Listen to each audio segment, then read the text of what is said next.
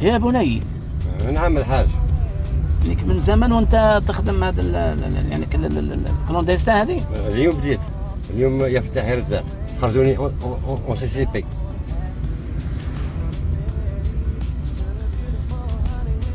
شوف يا ابني، هذا المذياع هذا ماذا بك تتفيه، لأنه في زمن قريش، في عهد قريش لم يكن هذا بدعة. طفيه علينا.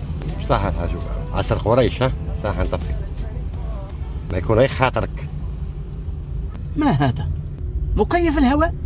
لا لا لا لا لا يا بني، لا. في زمن قريش وفي عصرهم لم يكن هذا، كان الهواء طبيعي تاع الطبيعة، الحال، الناس كلهم يتقبلوه. اطفي علينا هذا البدعة هذه. ثاني حاج كليماتيزر نقلعوها سيدي، نبغى نطرزقوا. شوف يا ابني، هذا ما بدك تفيه، لانه في زمن قريش، في عهد قريش لم يكن هذا بدعه. طفي علينا.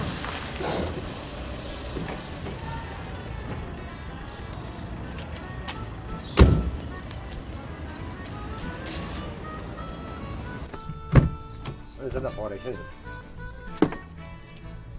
ما لك يا بني؟ الحاج اسمح لي، كاين حاجه يدور في راسي، بعيده على الموسيقى، بعيده على الكليماتيزار. وقت قريش كانوا لي كلون والطاكسيات والدرومون. لا يا بني، بكري كانوا الناقات، كان أحصنة، كان الناس تسافر بالقوافل. عجبتني الحاج في هذه، قمالي قارع كتبقى في قريش جات تديك.